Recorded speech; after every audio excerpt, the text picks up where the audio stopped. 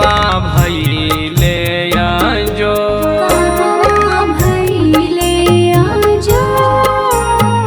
स्वर्ग भइले सूरज के जनमवा दुनिया भइले जो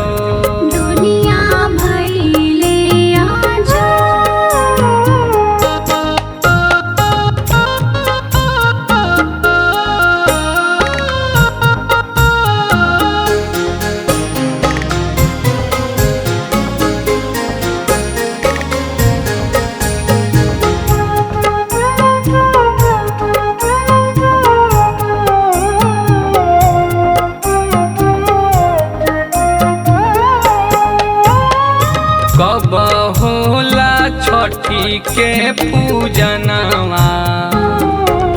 कहवा अर्घ हो दिया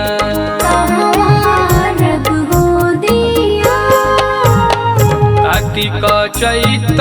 हो खेला पूजनवा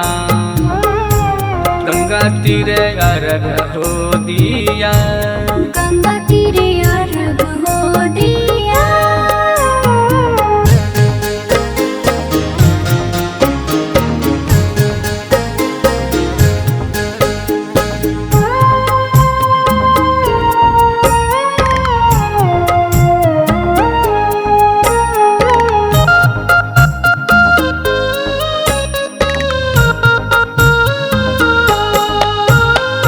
कथी के पड़ेला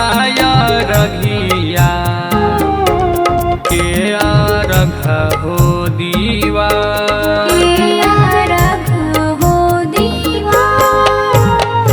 दूध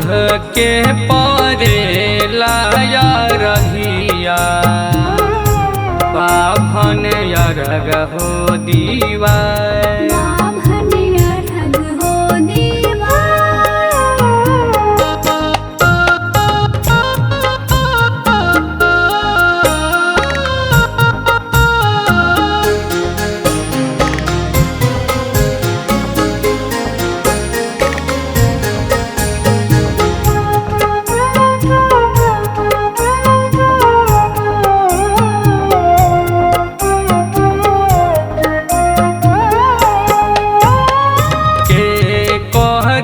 छठी के बरतिया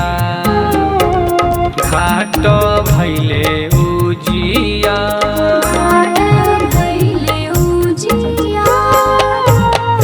मनोज अर्पण करेले बरतिया घाट भइले